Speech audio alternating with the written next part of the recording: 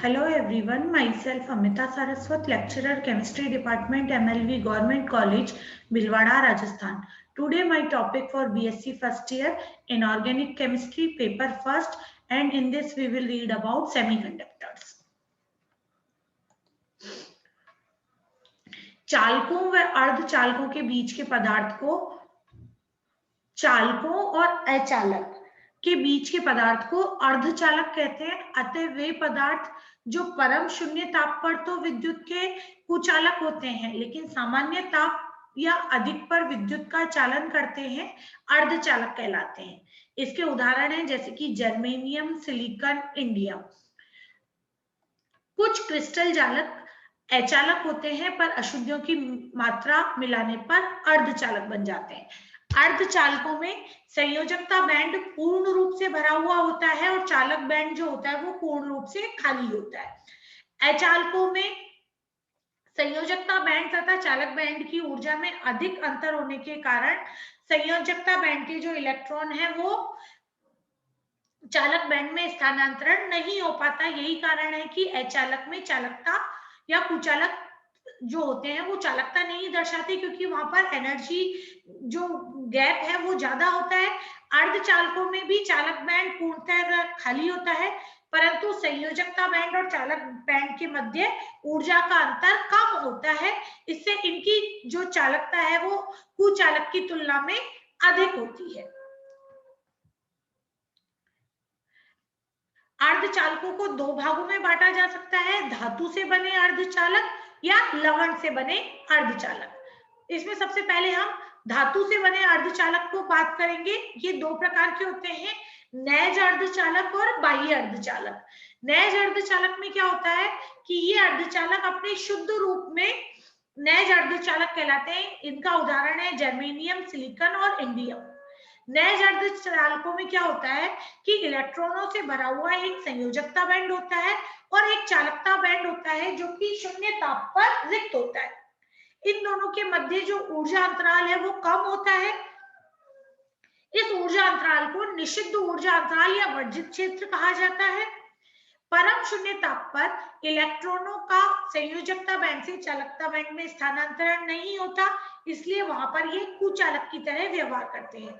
लेकिन निषिद्ध ऊर्जा अंतराल कम होने की वजह से सामान्य ताप पर क्या होता है कि बहुत सारे इलेक्ट्रॉन संयोजकता बंध से चालकता बंध में चले जाते हैं, जिससे संयोजकता बैंड में धनावेशित छिद्र बन जाते हैं। ये इलेक्ट्रॉन और छिद्र ही चालकता के लिए जिम्मेदार होते हैं।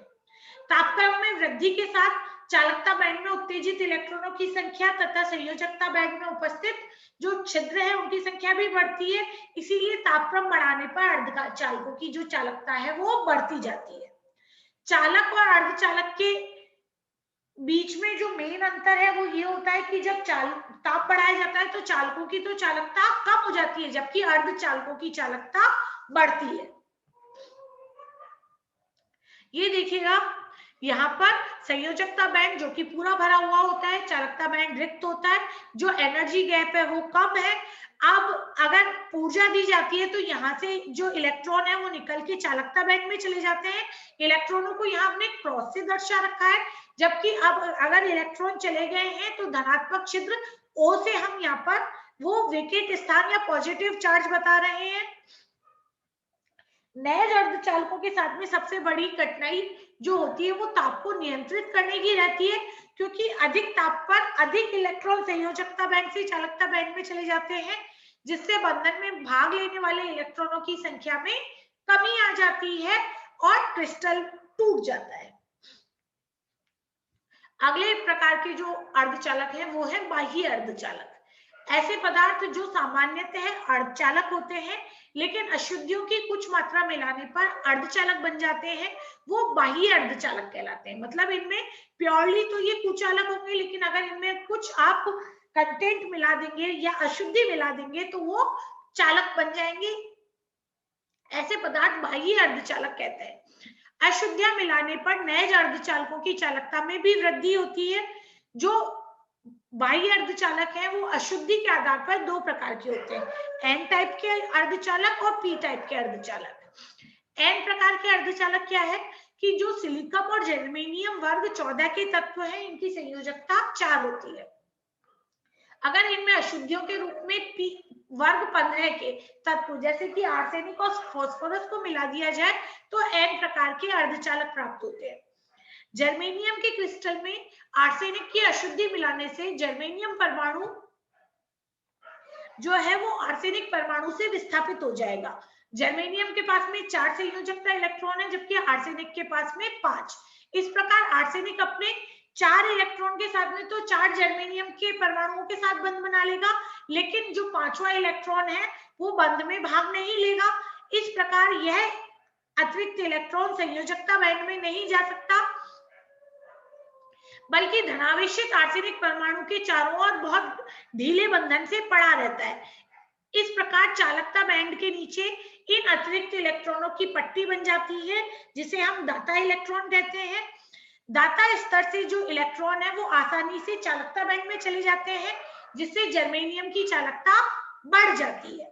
आर्सेनिक इलेक्ट्रॉन देता है, इसलिए इसे दाता अशुद्धि कहते हैं।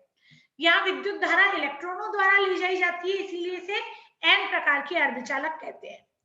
देखिएगा क्या होता है, जर्मेनियम इसमें आर्सेनिक हमने अशुद्धि के रूप में मिला दिया, तो आर्सेनिक के पास में 5 संयोजी इलेक्ट्रॉन होते हैं, तो एक अतिरिक्त इलेक्ट्रॉन बन जाता है। संयोजकता बैंड से एक जो अलग बैंड है वो दाता स्तर के इलेक्ट्रॉनों का बैंड है, और अगला चालकता बैंड है। इनके बीच में ऊर्जा अंतराल कम हो जाता है। पी प्रकार के अर्धचालक, जर्मेनियम में वर्ग 13 के तत्व जैसे एल्यूमिनियम या गैलियम की अशुद्धि मिलाने पर पी प्रकार के अर्धचालक प्राप्त होते हैं। गैलियम में क्या होता है, 3 संयोजकता इलेक्ट्रॉन होते हैं, अतः नजदीकी 4 जर्मेनियम परमाणुओं से जुड़ने के लिए जो गैलियम है वो जर्मेनियम के संयोजकता बैंड से एक अतिरिक्त इलेक्ट्रॉन को ग्रहण करती है, जिससे संयोजकता बैंड में क्या होता है, धनात्मक छिद्र बन जाता है। यदि कोई इलेक्ट्रॉन इस छिद्र में आ जाता है तो उस इलेक्ट्रॉन के स्थान पर एक अन्य छिद्र बन जाता है, जिससे संयोजकता पट्टी के ऊपर अशुद्धि का ग्राही स्तर बन जाता है। वहां दाता स्तर बनता है पी एन टाइप में, पी टाइप में ग्राही स्तर बनता है। यहाँ गैलियम जो है जर्मेनियम के संयोजकता कक्ष से इलेक्ट्रॉन ग्रहण करता है, इसीलिए इसे ग्राही अशुद्धि कहते हैं। यहाँ विद्युत धारा जो होती है वो धनात्मक छिद्रों द्वारा ले जाई जाती है, इसीलिए इसे पी प्रकार के अर्धचालक कहा जाता है।